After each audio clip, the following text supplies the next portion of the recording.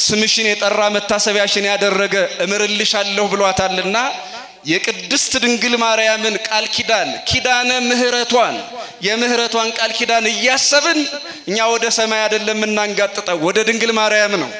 ኖህና ልጆቹ ዝናም በዘነመ ጊዜ መከራ የሚመስል ነገር ጭጋጋማ ቀን በመጣባቸው ጊዜ እንጠፋ ይሆን ብለው ሲፈሩ የሚያረጋግጡት ሰማይ አይተው ነው።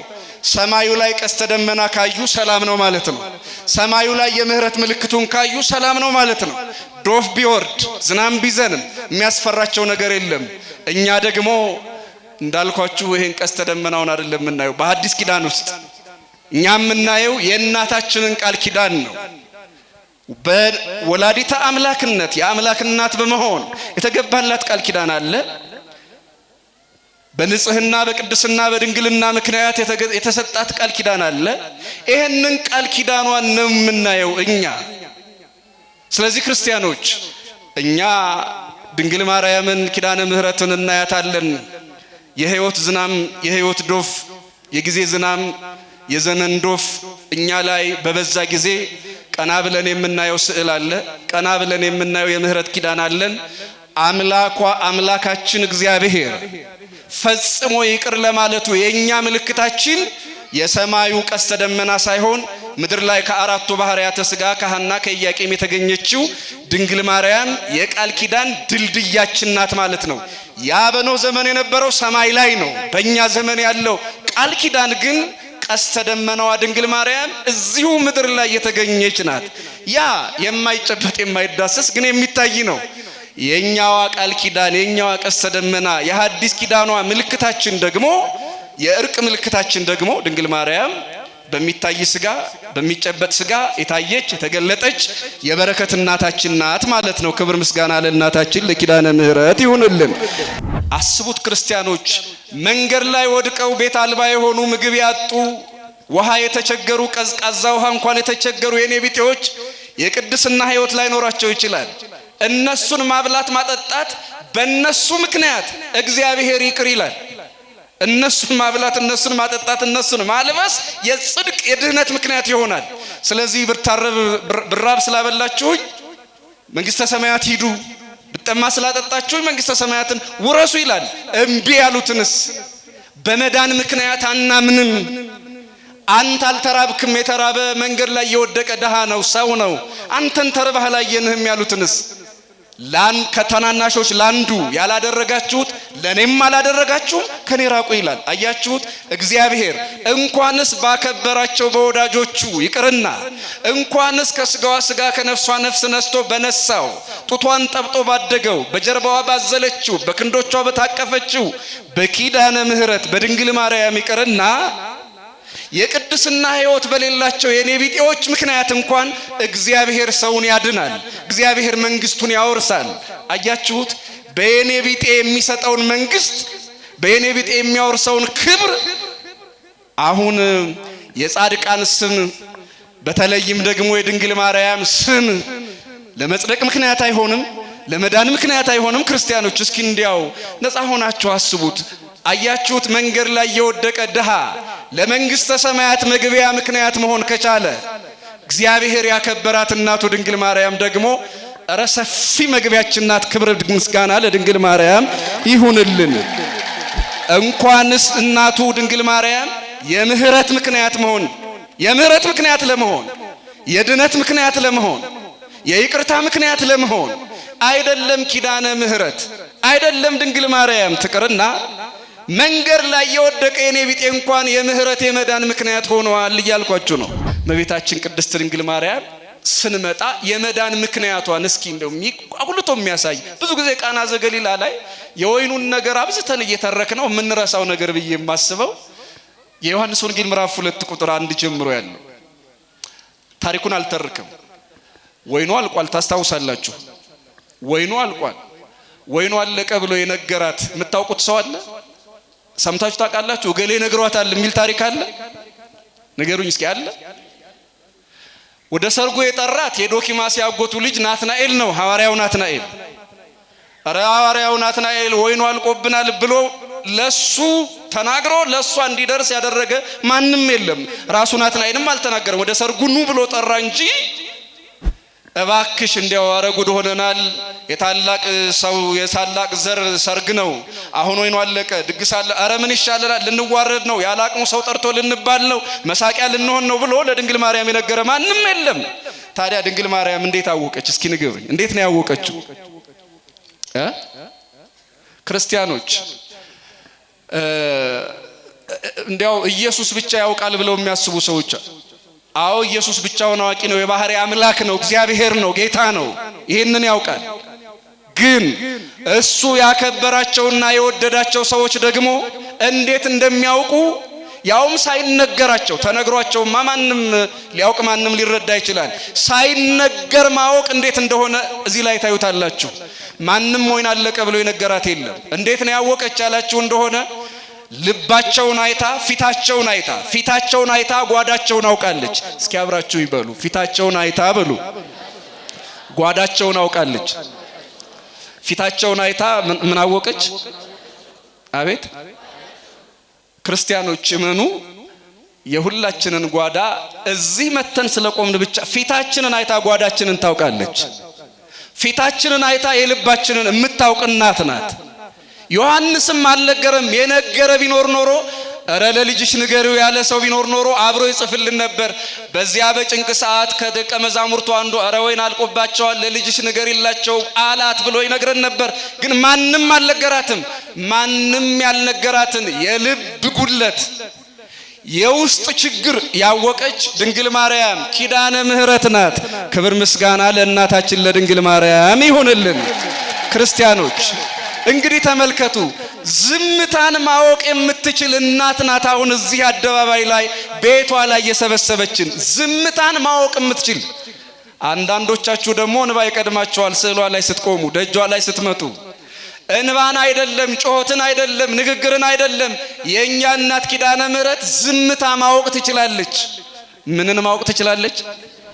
ማንም ወይን አልቆብናል ብሎ የነገራት ሳይኖር ለልጇ የነገረችው የጎደለውን ያወቀችው ፊታቸውን አይታ ነው። አያችሁት ክርስቲያኖች፣ በስዕሏ ፊት ስንቆም አይደለም ችግራችንን ነግረናት፣ አይደለም እንባችን ፈሶ ይቅርና፣ አይደለም ቃላችን ጮክ ብሎ ወጥቶ ተሰምቶ ይቅርና እንዲሁ ደጇ ላይ ስለመጣን ምን እንደጎደለን ምን እንደሞላልን ምን እንዳጣን ምን እንዳገኘን የምታውቅ የቃናዋ እመቤት ኪዳነ ምሕረት ድንግል ማርያም ናት። ስለዚህ እኛ ጩኸታችንን የማታውቅ ልመናችንን የማትሰማ አይደለም ጮኸውት ነግረዋት ይቅርና ዝምታ የምትሰማ ናት። ዝምታ የምትተረጉም የንጉስ እናት አለችን። ኪዳነ ምሕረትን የመዳናችንም የበረከታችንም ምክንያት አድርጎ የሰጠን እግዚአብሔር ክብር ምስጋና ለስሙ ይሁንልን። አያችሁ፣ የምናችን አልኳችሁ፣ የመዳናችንም የምናችንም የበረከታችንም ምክንያት አድርጎ የሰጠን በረከታችን ድንግል ማርያም የመዳናችን ምክንያትም ድንግል ማርያም ሆናልናለች። እመቤታችን ቅድስት ኪዳነ ምሕረት በላይ ሰብል በዚያ ቀዝቃዛ ውሃ በዚያ ጥም በማይቆርጥ ውሃ በምክንያት ብቻ ሄዳነ። ጥም የማይቆርጥ ውሃ ያድናል አትሉ? አያድንም። ለምን አባይ ግድብ አይሆንም? እንኳን ጥም የማይቆርጥ ውሃ መንግስተ ሰማያትን መዋጀት አይችልም። ያ በላይ ሰብ አይደለም ጥም የማይቆርጥ ውሃ እፍኝ ውሃ ይቅርና ውቅያኖስን እንኳን ቢሰጥ ለተጠማ ሰው ያ ውቅያኖስ ለመንግስተ ሰማያት ዋጋ መሆን አይችልም። ታዲያ ቀዝቃዛ ውሃ ምንድነው ያላችሁ እንደሆነ የመዳን ምክንያት በሉ እስኪ። የምን ምክንያት? አቤት በስሜ ቀዝቃዛ ውሃ የጠጣ በደቀ መዛሙርት ስም ቀዝቃዛ ውሃ የሰጠ እውነት እላችኋለሁ ዋጋውን አያጣም ያለ ጌታ ክርስቲያኖች ውሃውን ለመዳን ምክንያት አደረገው። ውሃውን ለምን ምክንያት አደረገው? እስኪ ለበረከታችንም ለድህነታችንም ለቁስላችንም ፈውስ የመዳን ምክንያታችን ኪዳነ ምሕረት ሁላችንን ትርዳን፣ ሁላችንን ታድነን፣ ሁላችንን ትድረስልን፣ ጓዳችንን ትሙላልን። ክብርሽ ገናና ነው ለዘላለም። ቅድስት ቤተ ክርስቲያን በዛሬው ዕለት የምታስተምረው ትምህርቷ ኪዳን ይባላል። ኪዳን ማለት መሐላ ማለት ነው፣ የሚታወቅ ነው።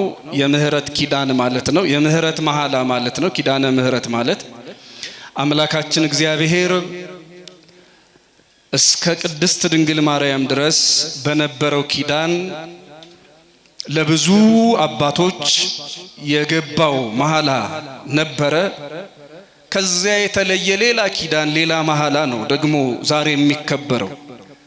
እንዳልኳችሁ ሁሉን ሰዓት መጠቀም ስለማይቻል አንድ መነሻ ሐሳብ ይኖረንና ሁለተኛውን መጨረሻ እናደርጋለን። በኦሪት ዘፍጥረት ምዕራፍ 9 ላይ ብዙዎቻችሁ የምታውቁት ቁጥር 13 ጀምሮ አምላካችን እግዚአብሔር ስለ ኪዳን እንዲህ ይላል። ቀስቴን በደመና አደርጋለሁ፣ የቃል ኪዳኑም ምልክት በእኔና በምድር መካከል ይሆናል። በምድር ላይ ደመናን በጋረድኩ ጊዜ ቀስቲቱ በደመናው ትታያለች ይላል። አምላካችን እግዚአብሔር ቀስተ ደመና ሳይታይ ማዳን ይችላል። የቀስተ ደመና ምልክት ሳያሳይ ማዳን ይችላል። ግን 318 ሊቃውንት አሉ። እነሱ ምን ይላሉ? እስመ ውእቱ ይፈቅድ ምክንያተ ለአድህኖ፣ እሱ እግዚአብሔር ሰውን ለማዳን ምክንያት ይፈልጋል ይላሉ።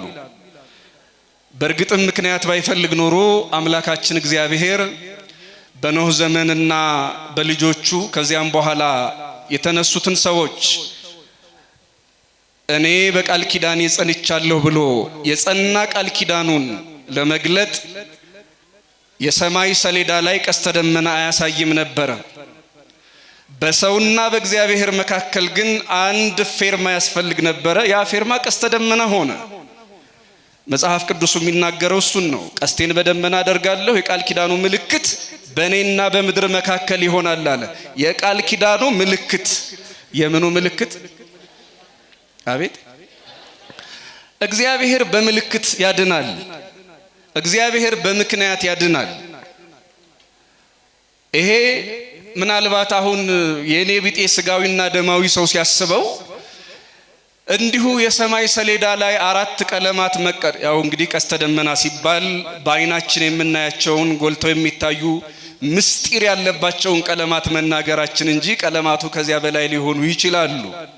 እናም ዋናዎቹ በቤተ ክርስቲያን የሚነገሩ 4ቱ ህብረ ቀለማት መቀረጻቸው ምንድነው? ለእግዚአብሔር ቀለም ምንድነው? ዝም ብሎ ማዳን ይችል አይደል ወይ? እግዚአብሔር በምልክት ማዳን ከፈለገ ቃል ኪዳኑን በሚታይ በሚጨበጥ ህያው በሆነ ነገር ላይ መግለጥ ከፈለገ ለምን ይሄን አደረክ አይባልም። እግዚአብሔርና ሰው የሚግባባበት አንድ የሰማይ ሰሌዳ አለ። እዚያ ላይ ቀስተ ደመናውን አደርጋለሁ አለ። ይሄ ቀስተ ደመና በእግዚአብሔርና በሰው መካከል የቃል ኪዳን ምልክት ሆነ። በሐዲስ ኪዳንስ ያላችሁ እንደሆነ የሐዲስ ኪዳኗ ምልክት ደግሞ እመቤታችን ቅድስት ድንግል ማርያም መሆኗን ለምሳሌ ነብዩ ኢሳይያስ ብዙዎቻችሁ የምታውቁትን ቃል ተናገረ።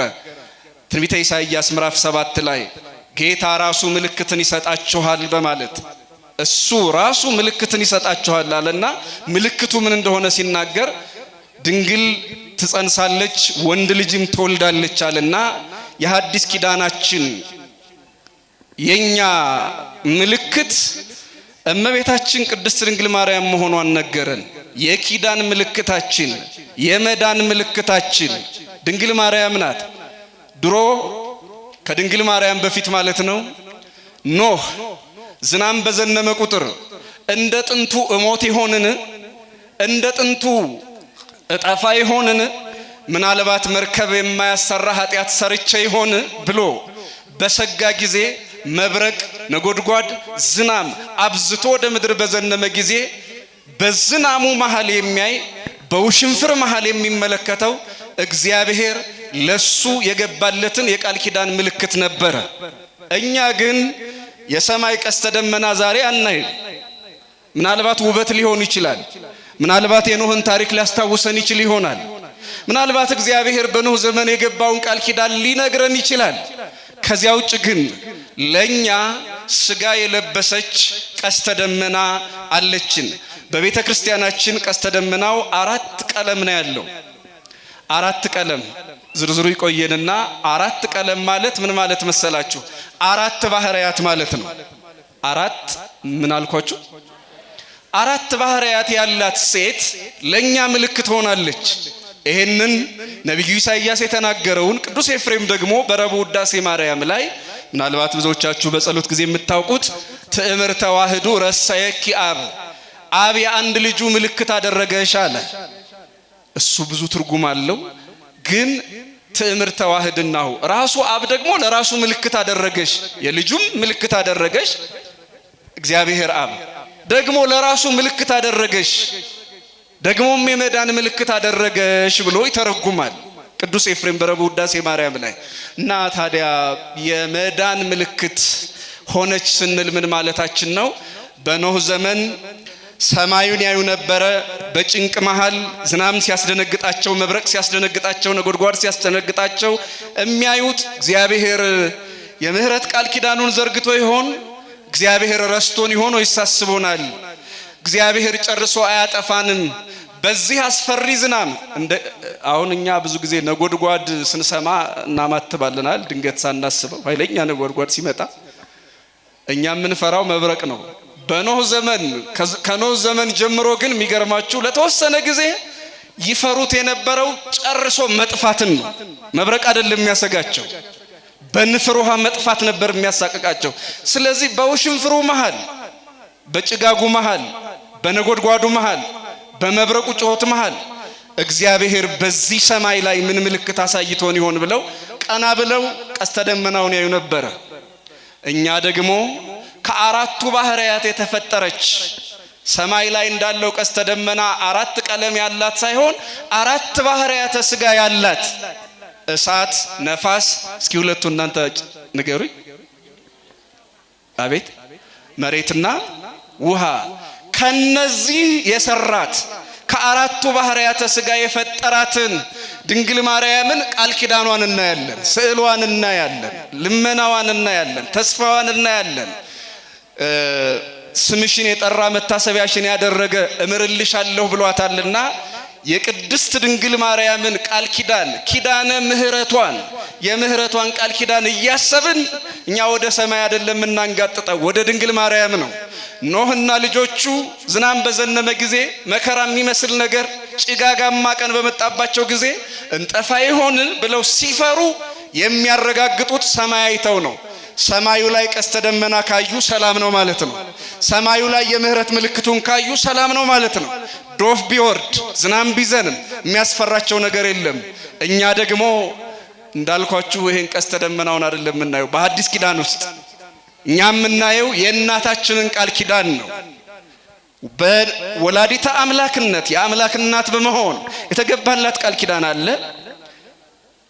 በንጽህና በቅድስና በድንግልና ምክንያት የተሰጣት ቃል ኪዳን አለ።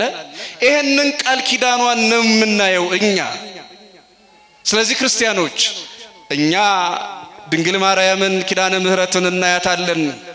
የህይወት ዝናም የህይወት ዶፍ የጊዜ ዝናም የዘመን ዶፍ እኛ ላይ በበዛ ጊዜ ቀና ብለን የምናየው ስዕል አለ።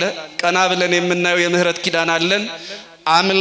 አምላካችን እግዚአብሔር ፈጽሞ ይቅር ለማለቱ የኛ ምልክታችን የሰማዩ ቀስተ ደመና ሳይሆን ምድር ላይ ከ4ቱ ባህሪያተ ሥጋ ከሐና ከኢያቄም የተገኘችው ድንግል ማርያም የቃል ኪዳን ድልድያችን ናት ማለት ነው። ያ በኖህ ዘመን የነበረው ሰማይ ላይ ነው። በእኛ ዘመን ያለው ቃል ኪዳን ግን ቀስተ ደመናዋ ድንግል ማርያም እዚሁ ምድር ላይ የተገኘች ናት። ያ የማይጨበጥ የማይዳሰስ ግን የሚታይ ነው። የኛዋ ቃል ኪዳን የኛዋ ቀስተ ደመና የሐዲስ ኪዳኗ ምልክታችን ደግሞ የእርቅ ምልክታችን ደግሞ ድንግል ማርያም በሚታይ ሥጋ በሚጨበጥ ሥጋ የታየች የተገለጠች የበረከት እናታችን ናት ማለት ነው። ክብር ምስጋና ለእናታችን ለኪዳነ ምህረት ይሁንልን።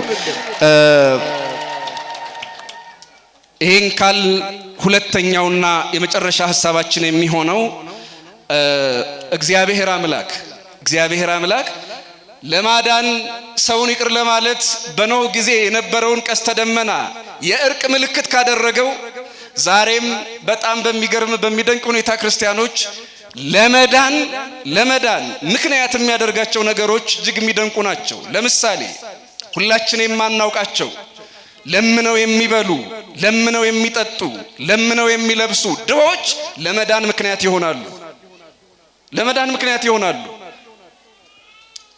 የማቴዎስ ወንጌል ምዕራፍ 25 ቁጥር 31 ጀምሮ ባለው ቃል ውስጥ ምናልባት ብዙዎቻችሁ ከነገረ ምጽአቱ ጋር ትማሩት ይሆናል። እዚያ ላይ በጻድቃንን በቀኙ ኃጥአንን በግራው ካቆመ በኋላ ሁለቱንም የሚጠይቃቸው ጥያቄ እንዲህ የሚል ነው። ብራብ አብልታችሁኛል፣ ብጠማ አጠጥታችሁኛል፣ ብታረዝ አልብሳችሁኛል፣ ብታሰር ጠይቃችሁኛል እያለ በግራም በቀኝም የተሰለፉትን ይጠይቃል። ያን ጊዜ ሁለቱም በየት ተርበህ አይተን፣ መቼ ተጠምተህ አይተን ብለው ይመልሳሉ። ያን ጊዜ ክርስቶስ አምላካችን እንዲህ ይላቸዋል፣ ዘገበርክሙ ለአሐዱ ንዑሳን ሊተ ገበርክሙ፣ ከታናናሾች ከረሃብተኞች ከድሆች ለአንዱ ያደረጋችሁት ለኔ ያደረጋችኋል። የማናውቃቸው ድሆች እንኳን መንግስተ ሰማያት ለመግባት ምክንያት ይሆናሉ። ይገርማል። የመዳን ምክንያት ይሆናሉ። ወንጌሉ እንደሚናገሩ ምናልባትም ቅድስና የሌላቸው ሊሆኑ ይችላሉ እኮ። አዎ ሁሉም ድሃ እንዴትስ ቅድስና ሊኖረው ይችላል? የተራበ ሆድ አለው፣ የተጠማ ሆድ አለው፣ የታረዘ ገላ አለው። ይሄንን ማብላት ማጠጣት፣ ይሄንን ማልበስ ለመዳን ምክንያት ሆኖ ከታናናሾች ላንዱ ያደረጋችሁት ለኔ ያደረጋችኋል። እስኪ አብራችሁ በሉ ቃሉ ከታናናሾች በሉ እስኪ ላንዱ ያደረጋችሁት ለኔ አደረጋችሁ። አስቡት ክርስቲያኖች መንገድ ላይ ወድቀው ቤት አልባ የሆኑ ምግብ ያጡ ውሃ የተቸገሩ ቀዝቃዛ ውሃ እንኳን የተቸገሩ የኔ ቢጤዎች የቅድስና ሕይወት ላይ ኖራቸው ይችላል። እነሱን ማብላት ማጠጣት በእነሱ ምክንያት እግዚአብሔር ይቅር ይላል። እነሱን ማብላት፣ እነሱን ማጠጣት፣ እነሱን ማልበስ የጽድቅ የድህነት ምክንያት ይሆናል።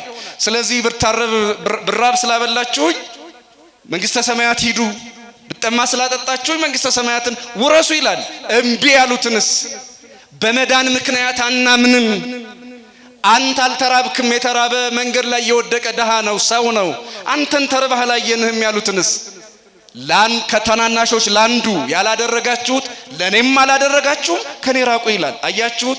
እግዚአብሔር እንኳንስ ባከበራቸው በወዳጆቹ ይቅርና እንኳንስ ከስጋዋ ስጋ ከነፍሷ ነፍስ ነስቶ በነሳው ጡቷን ጠብጦ ባደገው በጀርባዋ ባዘለችው በክንዶቿ በታቀፈችው በኪዳነ ምሕረት በድንግል ማርያም ይቅርና የቅድስና ሕይወት በሌላቸው የኔ ቢጤዎች ምክንያት እንኳን እግዚአብሔር ሰውን ያድናል። እግዚአብሔር መንግስቱን ያወርሳል። አያችሁት?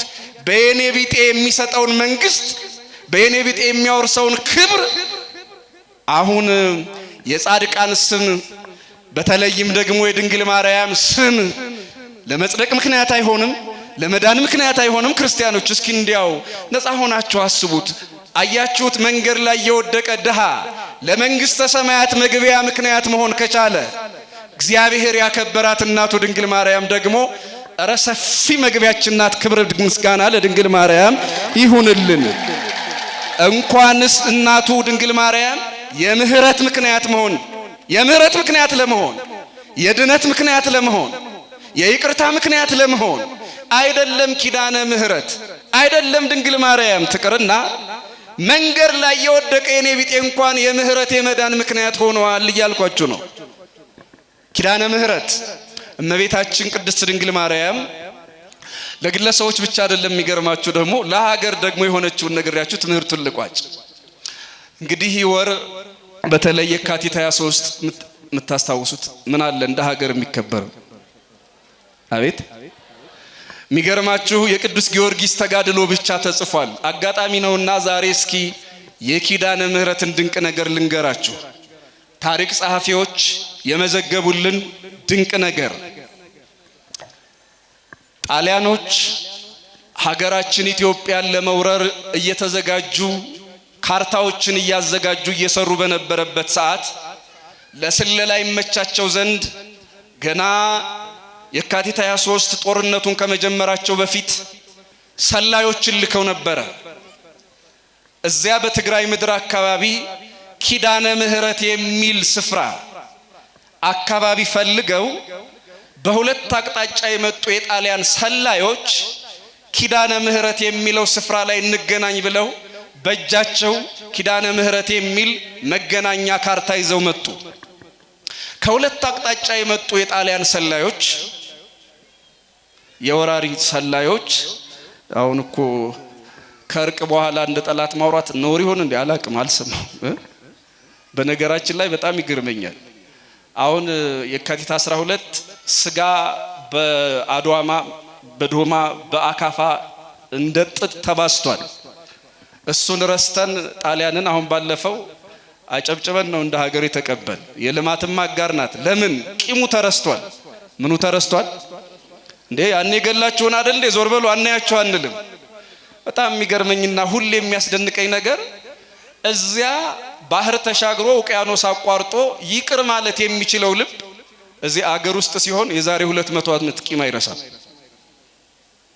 እዚህ ሀገር ውስጥ ሲሆን እዚህ ወንዝ ለወንዝ ሲሆን ቋንቋ ለቋንቋ ሲሆን ቡድን ለቡድን ሲሆን ጎሳ ለጎሳ ሲሆን ይሄው 500 ዓመት ሆኖ ራሱ ዛሬ ሀገር እንደበሶ የምትበጠበጠው ትላንትና የተቀበረ መጥፎ ታሪክን ከመቃብር ውስጥ ቆፍረው የሚያወጡ መቃብር ቆፋሪዎች ስላሉ ነው። ክፉ ታሪክን መልካም ታሪክን አይፈልጉትም ሰዎች። እዩት፣ ባህር ማዶ ይቅር ያለ ሰው የባህር ማዶውን ሞት የረሳ ልብ አገር ውስጥ ደግሞ ያለፈውን ቂም እንድንረሳ ኪዳነ ምህረት ድንግል ማርያም ትርዳን። ለማንኛውም እንግዲህ ያው ታሪክ ነውና እናስታውሰው እስኪ ትንሽ በመጠኑ። ከሁለት አቅጣጫ የመጣው የወራሪ ጦር መሰላይ ማለቴ ነው ኪዳነ ምህረት ላይ በጠዋት እንገናኝ ብለው ጉዞ ጀመሩ። ከሁለት አቅጣጫ በካርታው መሰረት ደረሱ። ረጅም ርቀት ተጉዘው ከኤርትራ ተነስተው እዚያ ደረሱ እና ኪዳነ ምህረት የሚለው ስፍራ ደርሰናል ብለው ሲጠይቁ አልፋችሁት የ4 ሰዓት መንገድ መታችኋል ተባሉ። አልፋችሁት የስንት ሰዓት? በሌላ አቅጣጫ የመጡት ደግሞ እንዲሁ ጠየቁ።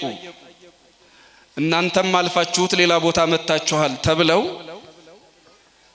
ሁለቱ የኢትዮጵያን ጦር የኢትዮጵያን አሰላለፍ የኢትዮጵያን ዝግጅት ሊሰልሉ የመጡ ከሁለት አቅጣጫ የመጡ ሰላዮች የጦር ቃፊሮች እርስ በእርሳቸው በኪዳነ ምህረት ስም ተበታትነው ለስለላ የማይመች ሀገር ሆና ቃል ኪዳኗ በእውነት ሀገርን ለመጠበቅ ጠላት እንዳይግባባ ጠላት መንገድ እንዲስት ጠላት የእግዚአብሔር ርስቱን የድንግል ማርያምን የቃል ኪዳን ሀገር መጫወቻ እንዳያደርገው ቅዱስ ጊዮርጊስ ብቻ አይደለም የአስራት ሀገሯንም በመጠበቅ ኪዳነ ምህረት ድንግል ማርያም ትልቅ ስራ ሰርታ የሰላይ ቃፊ ወይ ምንድነው የወራሪ ቃፊሮች የወራሪ ሰላዮች እርስ በርሳቸው ሳይግባቡ ጠፍተው እዚያው ምርኮኛ ሆነው ቀርተዋል። መቼ? በዕለተ ኪዳነ ምህረት።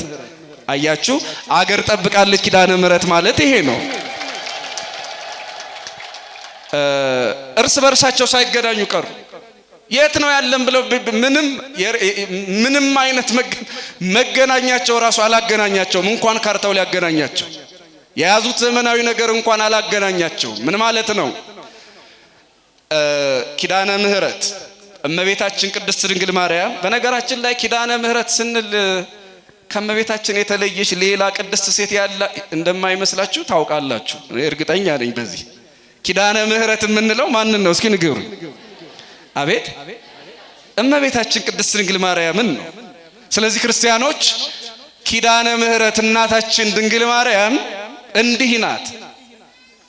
ግን ታዲያ ምን ይሆናል? እንደ እስራኤል በቃል ኪዳን የከበረ ሀገር አልነበረም። እንደ እስራኤል በጣም ብዙ ነቢያት፣ ብዙ ሐዋርያት፣ ብዙ ቅዱሳን ተነስተው የነቢያት የሐዋርያት ጌታም ራሱ በቋንቋቸው ያስተማራቸው፣ የገሰጻቸው፣ የወደዳቸው ከዓለም ሁሉ ያከበራቸው ነበሩ። ቃል ኪዳን ባለ መክበራቸው ግን መቅደሳቸው ፈርሶ ይሄው የፈረሰ መቅደሳቸው ላይ እስካሁን ድረስ ያለቅሱበታል። ቃል ኪዳን ባለ መውረሳቸው ለ2000 ዘመን ምድረ በዳ ሆነዋል። ተበታትነው ኖረዋል። ክርስቲያኖች የቅዱስ ጊዮርጊስ እርዳታ የነበራት ሀገር የቅድስት ድንግል ማርያም የኪዳነ ምህረት ጥበቃ ያልተለያት ሀገር፣ የቅዱሳን ደሴት እየተባለች የምትጠራ ሀገር አሁን የቀደመ ሰላሟ፣ የቀደመ ፍቅሯ፣ የቀደመ ልዕልናዋ ይመጣልን ዘንድ ኪዳነ ምህረት የቀደመ ምህረቷን በሀገራችን በህዝባችን ላይ ታምጣልን። እኛም እንደ እስራኤል ያይደለ እንደ ኢትዮጵያ ቃል ኪዳን ወራሾች እንድንሆን። እስራኤል አልኳቸው የቃል ኪዳን ችግር የለባቸውም፣ ብዙ ቅዱሳን ነበሯቸው፣ ግን ቃል ኪዳኑን አልወረሱም። የአባቶቻቸውን የአብርሃምን የአባቶቻቸውን የዳዊት የሰሎሞንን እምነትና ምግባር የነቢያትን የትንቢት ፍጻሜ አልተቀበሉም። በዚህ ምክንያት የተስፋው ቃል እነሱ ላይ ሳይሰራ ቀረ። እኛ ላይ ትላንት ያስከበረን ትልቁ ክብራችን፣ ትልቁ ጸጋችን፣ ረድኤታችን፣ በረከታችን ከሀገራችን ተወግዶ ሃይማኖት አልባ የሆኑ ሀገራትና ህዝቦች በደስታ እየኖሩ ሃይማኖት አለን የምንል የድንግል ማርያም ፍቅር አለን የምንል በዚያ በየአዳራሹ በየቸርቹ ጌታ ጌታ የሚል ደግሞ አሁን አጋጣሚ ሆኖ እንግዲህ ረመዳንና ዐቢይ ጾም ገጥሟል። ይባስ ብሎ ደግሞ ወንጌላውያንም ጾም አውጀዋል። በጣም ይገርመኛል። ክርስቲያኖች የማይጾሙት ህዝቦች ሰላም ናቸው። ከጾም ጋር ግንኙነት የሌላቸው ህዝቦች እነሱ በሰላም እየኖሩ እግዚአብሔርን የካዱ ፖስት ክርስቲያኒቲ ኤራ ላይ ነን፣ ከክርስትና በኋላ ያለ ዘመን ላይ ነው የምንኖር እያሉ የሚናገሩ እግዚአብሔር የለሽ ህዝቦች በሰላም እየኖሩ በፍቅር እየኖሩ ጠግበው እየኖሩ እግዚአብሔርንና አላህን ወይም ኢየሱስን የሚጠራ ህዝብ ግን በዚህ ደረጃ መባላት ነበረበት። በዚህ ደረጃ ችጋራም ሆነ ችጋራም ስላችሁ እኔ በተፈጥሮ የሚመጣውን አይደለም በራሳችን የፈጠርነውን ችግር ማለት ነው። እንደ ሀገርም እንደ ግለሰብ እንደ ማህበረሰብ የሁሉ ምስቅልቅል መታየት ነበረበት። ክርስቲያኖች ማህተመ ጋንዲ የሚባል ሰው ለምን ክርስቲያን አትሆንም ሲባል ክርስቲያኖችን እያየሁ እንዴት ክርስቲያን ልሁን አለ ይባላል። ምን ማለቱ ነው? ህንድን በቅኝ ግዛት ትገዛ የነበረችው እንግሊዝ በጣም ክፉ አገዛዝ በእነሱ ላይ አምጥታ ስለነበር ነው ይባላል። እና የእንግሊዞችን ክርስቲያን እያየሁ የእንግሊዝን ክርስቲያን እያየሁ እንዴት ክርስቲያን ሆናለሁ ኢየሱስን ማወደው ነበር አለ ይባላል። ክርስቲያኖች የኛ ችግራችን እንደዛ ነው። አምላካችን የሚሰማ አምላክ ነው። እናታችን ቅድስት ድንግል ማርያም እንባ የምታብስ ናት። አይደለም ህዝብን አይደለም በስዕሏ ፊት የቆሙትን እንዲሁ መስማት የምትችል እናት አለችን። እንደው በኋላ 20 ደቂቃ አልፎኛል እንዴ? አላችሁ ያስመሸን ብላችሁ እንዳትረግሙኝ። ደቂቃዬን አልያዝኩም አልፍ ያለው መሰለኝ። ለማንኛውም ግን ክርስቲያኖች አንድ ጥቅስ ለመጨመር አስቤ ነው ይሄን የጠየኳችሁ። በየትኛውም ዘመን እግዚአብሔር ለኢትዮጵያውያን በተለይም ደግሞ ድንግል ማርያምን ስሟን የጠሩ በልጇ የሚታመኑ ክርስቲያኖች በሙሉ በበረከትና በደስታ ይኖሩ ዘንድ እግዚአብሔር ቃል ገብቶላቸዋል። እግዚአብሔር ቃል ገብቶልናል። ይሄን ቃል ኪዳን እኛ እንደ ሮብዓም መውረስ አልቻልንም። በመጽሐፈ ነገሥት ቀዳማዊ ምዕራፍ 11 ላይ ሮብዓም ያባቱን የሰሎሞንን የዳዊትን ቃል ኪዳን ባለመውረሱ ምክንያት ሀገር ተበላሸበት፣ ሰላም ጠፋበት። በዚያ ምክንያት ቃል ኪዳን መውረስ ስላልቻለ እኛ የድንግል ማርያምን ቃል ኪዳን መውረስ ከቻለን ክርስቲያኖች ገና ብዙ በረከት አለን፣ ገና ብዙ ጸጋ አለን። ይሄንን እምላችሁ እንግዲህ እንኳንስ ለኛ ለሀገር እንኳን ሀገር ማለት እንግዲህ ሙስሊሙም የሚያምነውም የማያምነው ማለት በድንግል ማርያም በኪዳነ ምሕረት የሚያምነውም የማያምነውም የሚኖርበት ሀገር ነው፣ የጋራ መኖሪያ ነው። ሆኖም ግን ቅድስት ድንግል ማርያም ከዚያ ወራሪ ኃይል ሰውራን ነበር። የውጭውን ገዳይ በተባበረ ክንድ ያሸነፈ ሀገር ህዝብ እርስ በርሱ ለመገዳደል ግን ምን ብሎ ያድነዋል? አያችሁት? ይሄ ነው በጣም ከባዱ ነገር። ልመልሳችሁና የመጨረሻ ጥቅስ ያልኳችሁ አሁን እመቤታችን ቅድስት ድንግል ማርያም ስንመጣ የመዳን ምክንያቷን እስኪ እንደው አጉልቶ የሚያሳይ ብዙ ጊዜ ቃና ዘገሊላ ላይ የወይኑን ነገር አብዝተን እየተረክ ነው የምንረሳው ነገር ብዬ የማስበው የዮሐንስ ወንጌል ምዕራፍ 2 ቁጥር 1 ጀምሮ ያለው ታሪኩን አልተርክም። ወይኑ አልቋል፣ ታስታውሳላችሁ። ወይኑ አልቋል። ወይኑ አለቀ ብሎ የነገራት የምታውቁት ሰው አለ? ሰምታችሁ ታውቃላችሁ? ገሌ ነግሯታል የሚል ታሪክ አለ? ንገሩኝ እስኪ አለ? ወደ ሰርጉ የጠራት የዶኪማስ ያጎቱ ልጅ ናትናኤል ነው። ሐዋርያው ናትናኤል ሐዋርያው ናትናኤል ወይኑ አልቆብናል ብሎ ለሱ ተናግሮ ለሷ እንዲደርስ ያደረገ ማንም የለም። ራሱ ናትናኤልም አልተናገረም። ወደ ሰርጉ ኑ ብሎ ጠራ እንጂ እባክሽ እንዲያው አረጉድ ሆነናል፣ የታላቅ ሰው የታላቅ ዘር ሰርግ ነው፣ አሁን ወይኑ አለቀ፣ ድግስ አለ፣ አረ ምን ይሻለናል፣ ልንዋረድ ነው፣ ያላቅሙ ሰው ጠርቶ ልንባል ነው፣ መሳቂያ ልንሆን ነው ብሎ ለድንግል ማርያም የነገረ ማንም የለም። ታዲያ ድንግል ማርያም እንዴት አወቀች? እስኪ ንገሩኝ፣ እንዴት ነው ያወቀችው? ክርስቲያኖች እንዲያው ኢየሱስ ብቻ ያውቃል ብለው የሚያስቡ ሰዎች፣ አዎ ኢየሱስ ብቻውን አዋቂ ነው፣ የባህሪ አምላክ ነው፣ እግዚአብሔር ነው፣ ጌታ ነው፣ ይሄንን ያውቃል። ግን እሱ ያከበራቸውና የወደዳቸው ሰዎች ደግሞ እንዴት እንደሚያውቁ ያውም ሳይነገራቸው፣ ተነግሯቸውማ ማንም ሊያውቅ ማንም ሊረዳ ይችላል። ሳይነገር ማወቅ እንዴት እንደሆነ እዚህ ላይ ታዩታላችሁ። ማንም ወይን አለቀ ብሎ የነገራት የለም። እንዴት ነው ያወቀች ያላችሁ እንደሆነ ልባቸውን አይታ ፊታቸውን አይታ ጓዳቸውን አውቃለች። እስኪ አብራችሁ ይበሉ፣ ፊታቸውን አይታ በሉ፣ ጓዳቸውን አውቃለች። ፊታቸውን አይታ ምን አወቀች? አቤት ክርስቲያኖች እመኑ፣ የሁላችንን ጓዳ እዚህ መተን ስለቆምን ብቻ ፊታችንን አይታ ጓዳችንን ታውቃለች። ፊታችንን አይታ የልባችንን የምታውቅ እናት ናት። ዮሐንስም አልነገረም። የነገረ ቢኖር ኖሮ እረ ለልጅሽ ንገሪው ያለ ሰው ቢኖር ኖሮ አብሮ ይጽፍልን ነበር። በዚያ በጭንቅ ሰዓት ከደቀ መዛሙርቱ አንዱ እረ ወይን አልቆባቸዋል ለልጅሽ ንገሪላቸው አላት ብሎ ይነግረን ነበር። ግን ማንም አልነገራትም።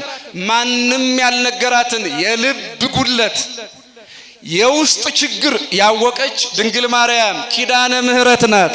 ክብር ምስጋና ለእናታችን ለድንግል ማርያም ይሁንልን። ክርስቲያኖች እንግዲህ ተመልከቱ፣ ዝምታን ማወቅ የምትችል እናት ናት። አሁን እዚህ አደባባይ ላይ ቤቷ ላይ የሰበሰበችን ዝምታን ማወቅ የምትችል። አንዳንዶቻችሁ ደግሞ እንባ ይቀድማችኋል። ስዕሏ ላይ ስትቆሙ፣ ደጇ ላይ ስትመጡ እንባን አይደለም፣ ጮህትን አይደለም፣ ንግግርን አይደለም። የኛ እናት ኪዳነ ምህረት ዝምታ ማወቅ ትችላለች። ምንን ማወቅ ትችላለች? እስኪ የመጨረሻ ጥያቄ ነው። አንድ ባለስልጣን ቤት ገብታችሁ ምናልባት የከንቲባ ቤት ወይም ደግሞ የአንድ ወረዳ ወይ ክፍለ ከተማ ባለስልጣን ሄዳችሁ ዝም ብላችሁ ብትቀመጡ ያንተ ችግር ይሄ ነው ብሎ ችግራችሁን ያውቃል አያውቅም? አቤት የሚያውቅ ይኖራል እንዴ? አረ የለም። እብድ ነህ ተብለህ በጥበቃ ነው የምትወጣው፣ ትባረራለህ። የእናንተን ዝምታ የሚያውቅ የለም፣ የእናንተን ሁኔታ የሚያውቅ የለም፣ የእናንተን ጉዳይ የሚያውቅ የለም። ዝም ብትሉ ዝም ነው። ክርስቲያኖች የትኛውም ምድራዊ ባለስልጣን ቤት ብትሄዱ ችግራችሁን እንኳን ዝም ብላችሁ ጮኻችሁ እንኳን መረዳቱን እንጃ። የእናታችንስ ቤት ያላችሁ እንደሆነ ዮሐንስ ወንጌሉ ላይ የነገረን ይህንን ነው። ማንም ወይን አልቆብናል ብሎ የነገራት ሳይኖር ለልጇ የነገረችው የጎደለውን ያወቀችው ፊታቸውን አይታ ነው። አያችሁት ክርስቲያኖች? በስዕሏ ፊት ስንቆም አይደለም ችግራችንን ነግረናት፣ አይደለም እንባችን ፈሶ ይቅርና፣ አይደለም ቃላችን ጮክ ብሎ ወጥቶ ተሰምቶ ይቅርና እንዲሁ ደጇ ላይ ስለመጣን ምን እንደጎደለን ምን እንደሞላልን ምን እንዳጣን ምን እንዳገኘን የምታውቅ የቃናዋ እመቤት ኪዳነ ምህረት ድንግል ማርያም ናት። ስለዚህ እኛ ጩኸታችንን የማታውቅ ልመናችንን የማትሰማ አይደለም ጮኸው ትነግረዋት ይቅርና ዝምታ የምትሰማናት ዝምታ የምትተረጉም የንጉስ እናት አለችን። ኪዳነ ምህረትን የመዳናችንም የበረከታችንም ምክንያት አድርጎ የሰጠን እግዚአብሔር ክብር ምስጋና ለስሙ ይሁንልን። አያችሁ የመናችን አልኳችሁ፣ የመዳናችንም የመናችንም የበረከታችንም ምክንያት አድርጎ የሰጠን በረከታችን ድንግል ማርያም የመዳናችን ምክንያትም ድንግል ማርያም ሆናልናለች። እመቤታችን ቅድስት ኪዳነ ምህረት በላይ ሰብል በዚያ ቀዝቃዛ ውሃ በዚያ ጥም በማይቆርጥ ውሃ በምክንያት ብቻ ሄዳነ። ጥም የማይቆርጥ ውሃ ያድናል አትሉ? አያድንም። ለምን አባይ ግድብ አይሆንም? እንኳን ጥም የማይቆርጥ ውሃ መንግስተ ሰማያትን መዋጀት አይችልም። ያ በላይ ሰብ አይደለም ጥም የማይቆርጥ ውሃ እፍኝ ውሃ ይቅርና ውቅያኖስን እንኳን ቢሰጥ ለተጠማ ሰው ያ ውቅያኖስ ለመንግስተ ሰማያት ዋጋ መሆን አይችልም። ታዲያ ቀዝቃዛ ውሃ ምንድነው ያላችሁ እንደሆነ የመዳን ምክንያት በሉ እስኪ። የምን ምክንያት? አቤት። በስሜ ቀዝቃዛ ውሃ የጠጣ በደቀ መዛሙርት ስም ቀዝቃዛ ውሃ የሰጠ እውነት እውነት እላችኋለሁ ዋጋውን አያጣም ያለ ጌታ ክርስቲያኖች ውሃውን ለመዳን ምክንያት አደረገው። ውሃውን ለምን ምክንያት አደረገው? እስኪ ለበረከታችንም ለድህነታችንም ለቁስላችንም ፈውስ የመዳን ምክንያታችን ኪዳነ ምህረት ሁላችንን ትርዳን፣ ሁላችንን ታድነን፣ ሁላችንን ትድረስልን፣ ጓዳችንን ትሙላልን። የመዳን ምክንያት ኪዳነ ምህረት በኪዳኑ ሀገራችንን ታስብልን። ስብሐት ለእግዚአብሔር።